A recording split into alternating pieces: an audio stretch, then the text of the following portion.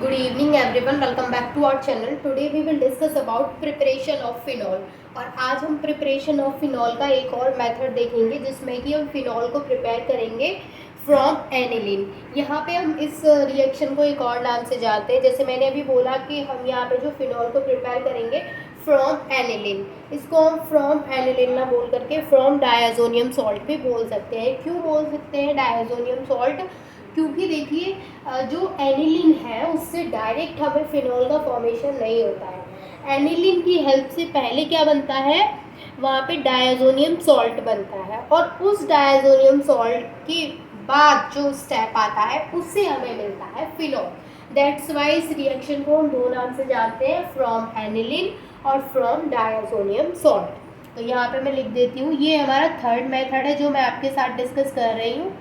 From aniline बोल सकते हैं या तो हम, क्योंकि कई बार क्या होता है कि अगर मैंने फ्रॉम एनिलीन लिख दिया तो आपको लगेगा कि नहीं ये डायज़ोनियम सॉल्ट वाला नहीं है, ये एनिलीन वाला है। तो वो एक ही बात है, फ्रॉम एनिलीन या फिर हम बोल सकते हैं from diazonium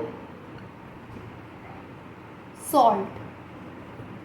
In this reaction, aniline reacts with NaNO2 and HCl।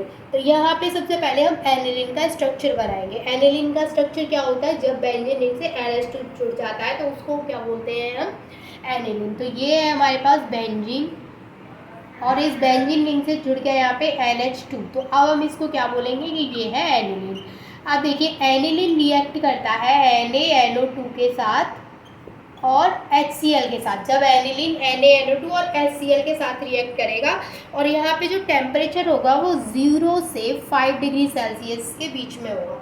तो जब यहाँ पे टेम्परेचर 0 to 5 डिग्री सेल्सियस होगा and react with NaNO2 and HCl, तो यहाँ पे क्या होता है कि यहाँ पे जो NH2 है बेंजीन रिंग से, ये जो एनिलीन है, एनिलीन किस में कन्वर्ट हो जाता है, बेंजीन डायज़ोनियम क्लोराइड में। यानी यहाँ पर NH2 की जगह पे क्या आ जाता है, N2Cl।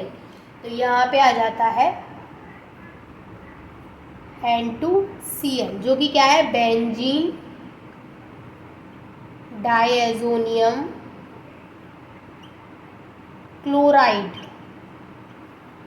Benzene diazonium chloride. तो यहाँ पे जो हमें बेंजीन डायज़ोनियम क्लोराइड मिला है इसको हम बॉईल करते हैं वाटर के साथ। जब हम इसको बॉईल करेंगे तो यानी कि जो नेक्स्ट रिएक्शन है वो विद वाटर हो रही है और इसको हम बॉईल करते हैं, तो यहाँ पे क्या होता है कि यहाँ से N2 अलग निकल जाएगा और ये जो Cl है वो एक हाइड्रोजन के साथ HCl बन के निकल जाएगा और यहाँ पे जो OH है वो इससे जा करके जुड़ जाएगा।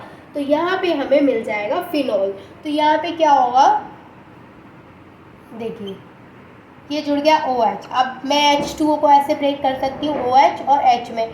अब ये जो OH माइनस और जो H प्लस है, अब ये H प्लस इस Cl के साथ जुड़ के क्या बना लेगा, HCl, और ये OH यहाँ जुड़ गया और ये N2 अलग निकल गया। तो इस तरीके से हमें क्या मिला, यहाँ पे फिनॉल का फॉर्मेशन हुआ।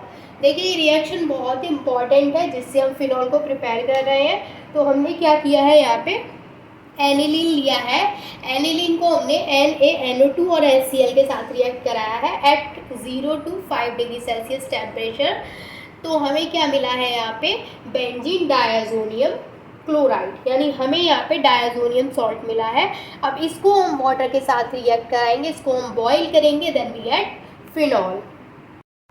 अगर आप लोग इस रिएक्शन की मैकेनिज्म जानने में इंटरेस्टेड हो तो मैं आपको इसकी मैकेनिज्म भी डिटेल में एक्सप्लेन कर दूंगी। इसकी मैकेनिज्म थोड़ी सी लेंथी है, थोड़ी सी बड़ी है, और कौन सा स्टेप कब किसके साथ कौन सा रिएजेंट रिएक्ट किया है वो सारी चीज़ें हमें मैकेनिज्म में क्लियर होती है।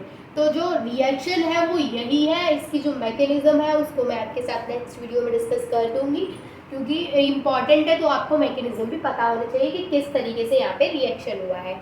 तो ये थी हमारी third preparation of phenol, that is from aniline और from diazonium salt. I hope कि ये प्रिपरेशन आपको अच्छे से क्लियर हो गई होगी।